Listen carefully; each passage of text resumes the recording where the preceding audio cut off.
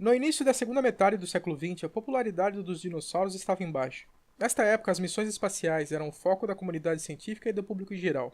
Mas em 1964, a descoberta de um novo dinossauro carnívoro e sua garra terrível levaram um paleontólogo e seu aluno a proporem uma revolução total no nosso entendimento sobre esses animais.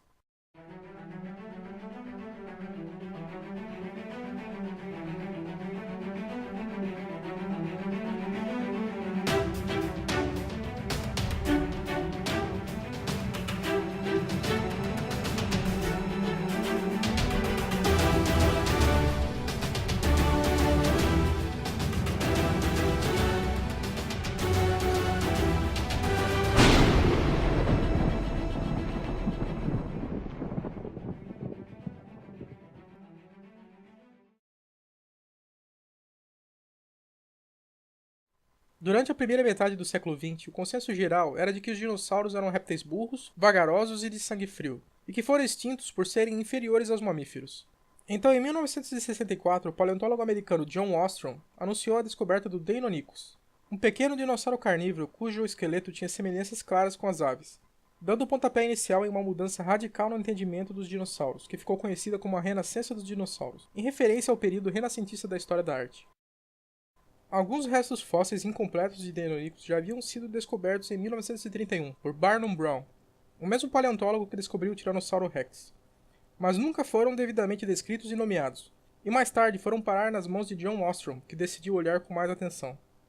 Os estudos de Ostrom sobre o Deinonychus o levaram a argumentar que as aves evoluíram de um grupo de dinossauros carnívoros chamados Coelurosaurus, do qual pertence o Deinonychus. Mas essa ideia, na verdade, já não era novidade, apenas havia sido desconsiderada. Logo após Charles Darwin publicar o livro A Origem das Espécies, em 1859, Thomas Henry Huxley, biólogo inglês que era defensor das ideias de Darwin, propôs, após analisar o fóssil do Archaeopteryx, que os dinossauros eram os intermediários entre os répteis e as aves. Huxley era especialista em anatomia comparada e destacou que haviam semelhanças entre os esqueletos do Compsognathus, que era um dinossauro pequeno, do Archaeopteryx e das aves, destacando que o Archaeopteryx tinha características dos dinossauros e das aves, sendo uma espécie de elo perdido. Porém, em 1926, o artista e zoólogo amador dinamarquês Gerhard Heilmann publicou o livro A Origem das Aves, que foi amplamente aceito, onde ele dizia que as aves não poderiam ter evoluído dos dinossauros por causa da suposta ausência nos dinossauros da fúrcula, ou osso da sorte, que vemos nas aves modernas. Por isso a tese de Huxley foi desconsiderada, mas é claro, no final ele tinha razão, pois a fúrcula está sim presente em dinossauros terópodes. A descoberta de mais fósseis do Deinonychus e o estudo mais detalhado de outros dromeossaurídeos como o Velociraptor fez John Ostrom rever e aprimorar cada vez mais as ideias de Henry Huxley.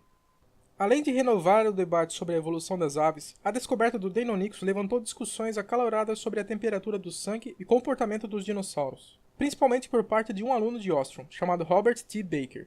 Baker defendia que pelo menos alguns dinossauros tinham sangue quente, e eram tão ativos quanto os mamíferos e as aves modernas, e em 1969 fez uma representação artística do Deinonychus que foi um verdadeiro divisor de águas para a paleoarte, mostrando um animal ágil, leve e de aparência astuta, em contraste com as representações da época que caracterizavam os dinossauros como animais lentos e pesados, além de quebrar o padrão semi-ereto que eram representados os dinossauros bípedes, mostrando um animal com um corpo na horizontal e cauda esticada no ar como um contrabalanço. Em suas publicações, Robert Baker definiu que seus argumentos eram novas evidências para o renascimento de algumas ideias sobre o comportamento e atividade dos dinossauros, que eram populares no final do século XIX, usando uma pintura famosa de Charles Knight que mostra dois dinossauros com um comportamento ativo como exemplo. Novas teorias sobre cuidado parental e comportamento social dos dinossauros surgiram também nesse período. Ao analisar algumas trilhas de pegadas, Robert Baker propôs que os dinossauros saurópodes se moviam em manadas, com os membros mais jovens e menores ficando no centro do grupo e sendo protegidos pelos mais velhos. Outro importante paleontólogo americano chamado Jack Horner, por sua vez, publicou um estudo sobre ninhos de dinossauros e mostrou que, ao contrário do que se pensava, os dinossauros cuidavam de seus filhotes, como as aves modernas e os mamíferos. Antes, se pensava que os dinossauros eram inferiores aos mamíferos e por isso foram extintos. Mas outra teoria surgiu quando foi descoberta a presença de irídio em rochas do final do Cretáceo, indicando que houve um impacto de meteoro nesta época. Mais ou menos na mesma época foi descoberto a cratera de Chicxulub, no Golfo do México, reforçando a ideia de que o impacto de meteoro havia sido o gatilho para a extinção dos dinossauros.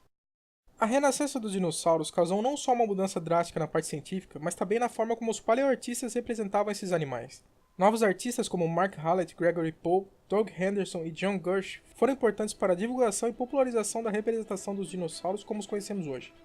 não apenas por seus trabalhos acadêmicos, mas também por terem sido envolvidos no processo criativo do filme Jurassic Park, que provavelmente foi a ferramenta mais importante na divulgação dessa nova visão dos dinossauros. Robert Baker, que foi quem primeiro se referiu a essa revolução como renascença dos dinossauros, definiu que há uma renascença constante no estudo desses animais. A cada ano surgem novas descobertas que nos fazem aprender cada vez mais sobre esses animais e pouco a pouco esse quebra-cabeça de milhões de anos vai sendo completado.